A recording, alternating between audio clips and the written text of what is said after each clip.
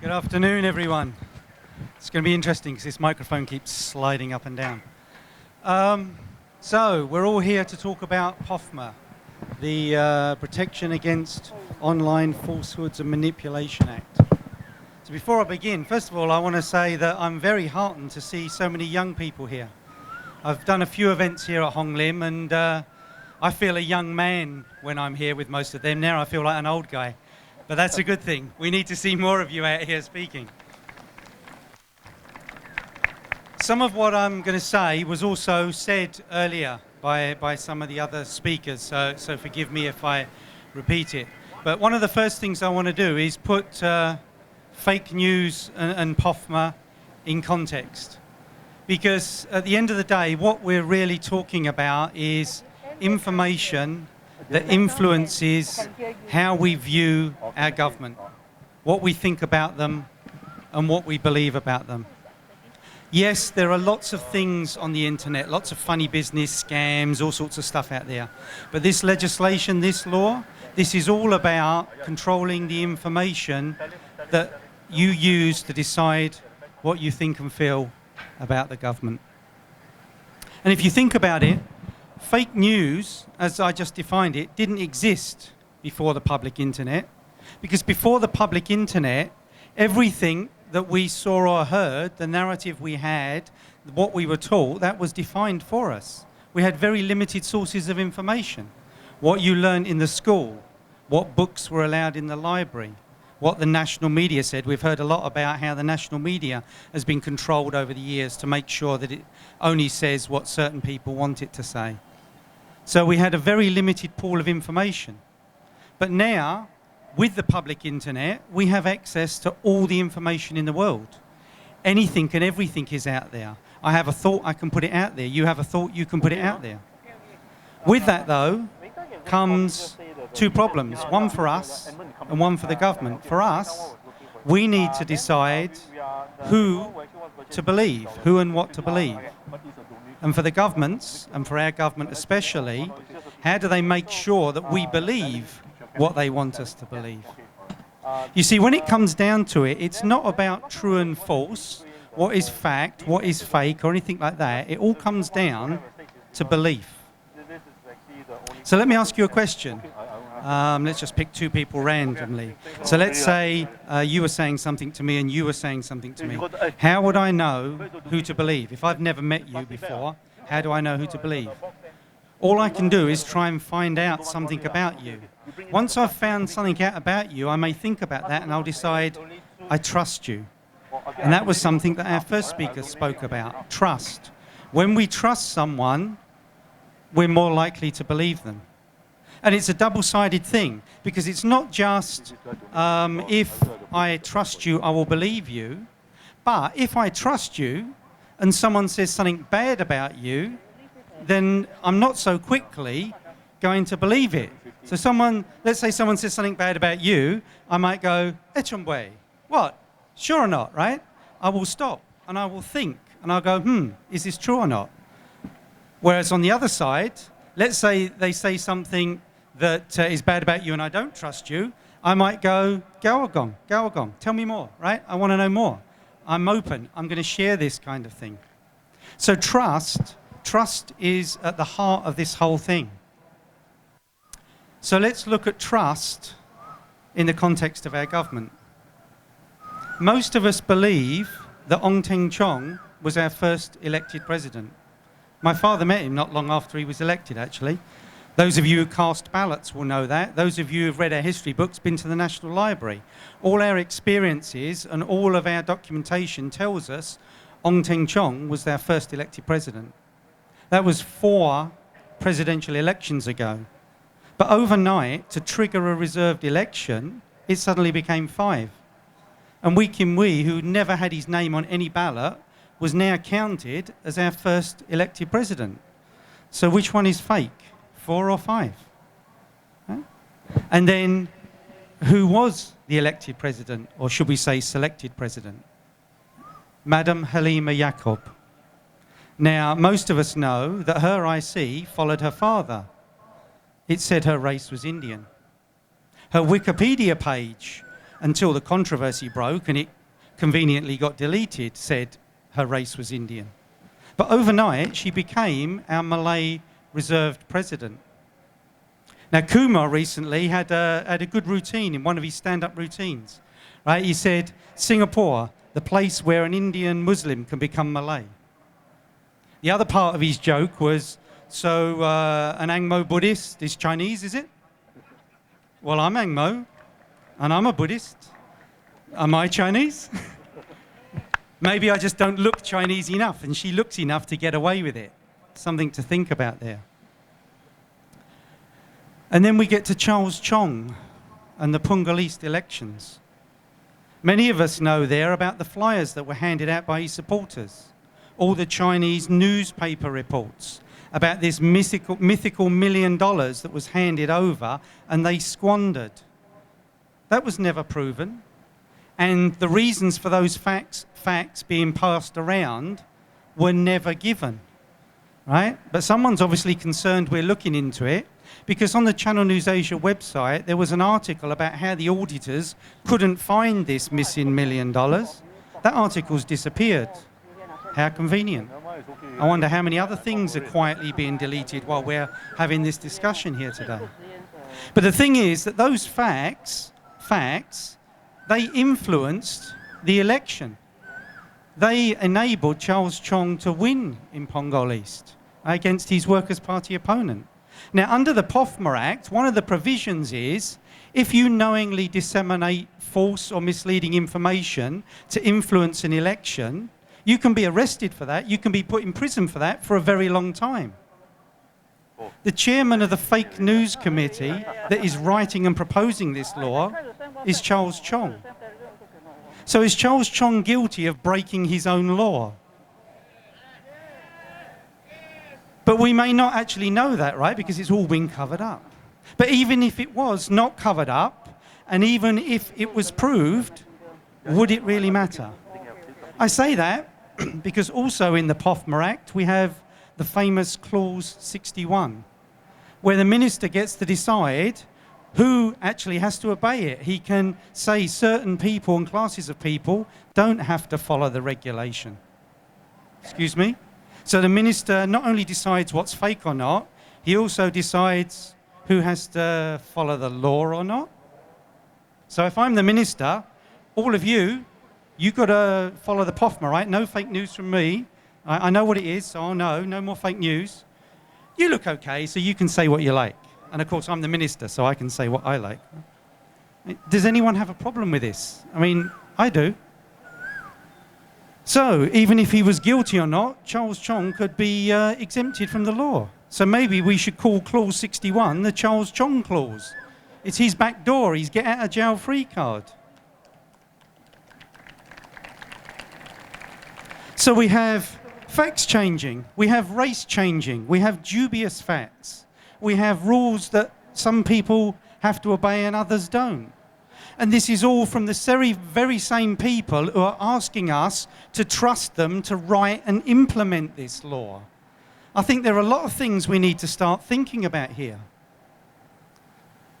Now, I think I do have a bit of a solution, so I like to, propose options.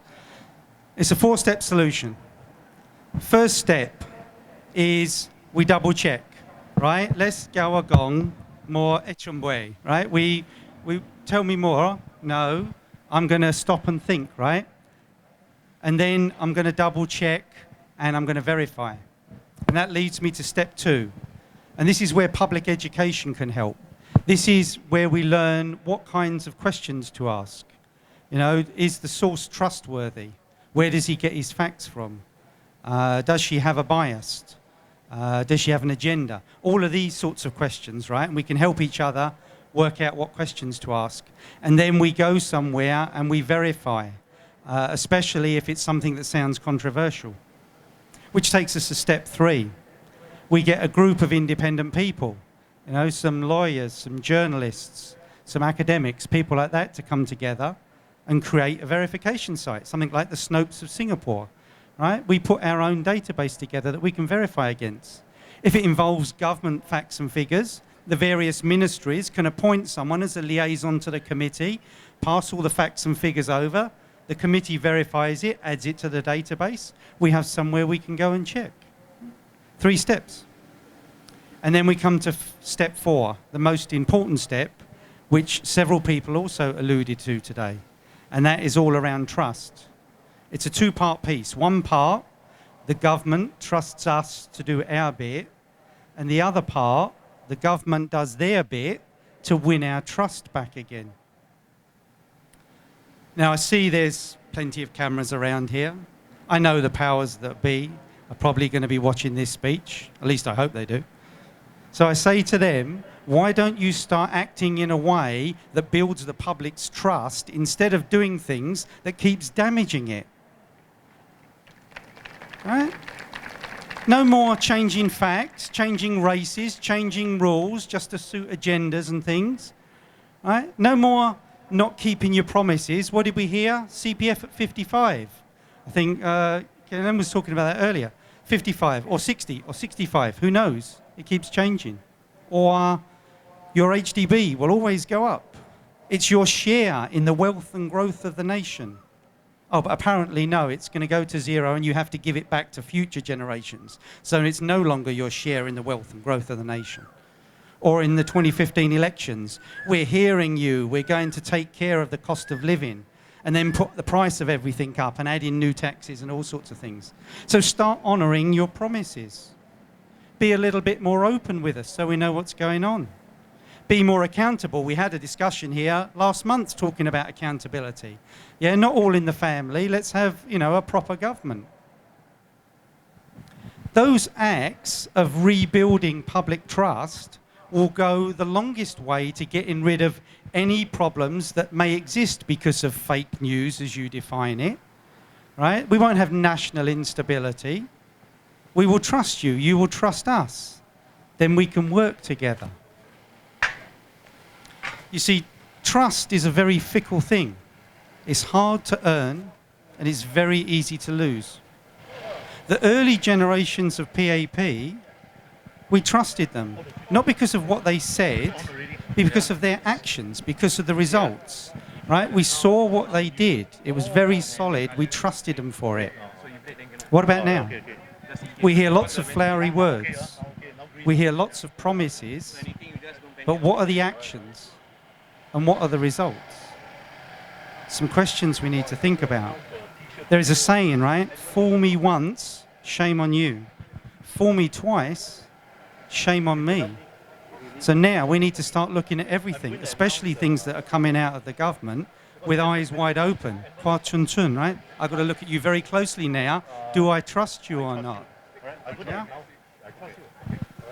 So we don't need new laws, especially laws that are written so broadly that our own law minister in a recent interview can't vouch for how a future government might use them. So he knows they have the potential for abuse written into them. But of course, we're supposed to trust that he and his team won't do anything like that. And certainly not laws that have got back doors in them that not everyone has to adhere to. I thought we're all supposed to be equal under the law. Not one law for you and a different law for us. It's rule of law, not rule by law. There is a big difference there. So 4 steps, right? We double check, we be discerning, we create our Snopes of Singapore type site, and the government rebuilds our trust, right? We have a public-centred solution to fake news. 270 million Indonesians just did that for their presidential election. They said they would manage fake news themselves. They did okay. Malaysia is now doing it. They're going to get rid of the fake news laws that Najib put in to suppress his opponents to try and stay in power, which he failed with. And it may have been one of the triggers that the people stood up against him for. We're supposed to be so educated and sophisticated, so why can't you trust the people to know what's right and wrong? Why can't we work together on this one? Right? What about our court of public opinion? Why does the minister have to tell us what's fake or not? And if we disagree with him, we have to go to a legal court. Thank you very much. 2 steps. Our side, we do our bit. Government side, they do their bit. So on the one hand, you have draconian, universally condemned, very open-ended, open for abuse laws. On the other side, you rebuild the trust relationship between the government and the people. Fix the people or fix yourselves, right? But what are they going to do? Now, events like this are really good because we are publicly saying, no, we don't agree with this. We know online lots of people are saying they don't agree with this. We see groups from all over the world, academics, journalists, even we had the United Nations just recently, giving all the warnings of what can go wrong if laws like this pass. We heard Mr. Gomez earlier talking about that. What happens when laws like this get passed? Now, a government is made up of a lot of people. It's not just the few that are writing and pushing this legislation. There's a lot of people in there. With all of us talking so loudly, there's no excuse for any one of them not to know what might happen if this law goes through the way it is, and they sit there quietly and do nothing about it. Right? There's no honest mistakes on this one. There's no I didn't know on this one, right? We all know. They should all know. Now, originally, I was going to wrap up at this moment, but there is one additional thing I need to say. Online recently, hardcore PAP supporters, including the Prime Minister's own wife, have been saying the only people afraid of POFMA are people who are going to spread fake news. Well, apart from the fallaciousness of that argument, how simple and silly that argument is, what I would like to do is I would like to turn it around and I would ask them, why are you so afraid of the people that you need POFMA? Right? The world is telling you not to do it. You're still pushing it ahead. We're telling you not to do it. You're still pushing it ahead. We're a mature population. We're not Swaku mountain turtles. We haven't just turned up off the boat. Right? We're educated adults. Why can't we have a trust relationship? So why do you need POFMA so badly? That's what they should be thinking about. That's what we should all be thinking about. So, draconic, open-ended, open to abuse, universally condemned laws, or rebuilding the trust between the government and the people. Fixing the people or fixing the government and themselves. I think we know what we would like them to choose. I hope they make the right choice. I hope everyone involved in that sits down with their hand on their heart and says, yes, we really need to do it this way. Because this is a decision that can have Singapore going forward in an enlightened manner or being dragged backwards into some dark place that we all don't want to be. So please, I hope they think very, very carefully on this. Thank you very much.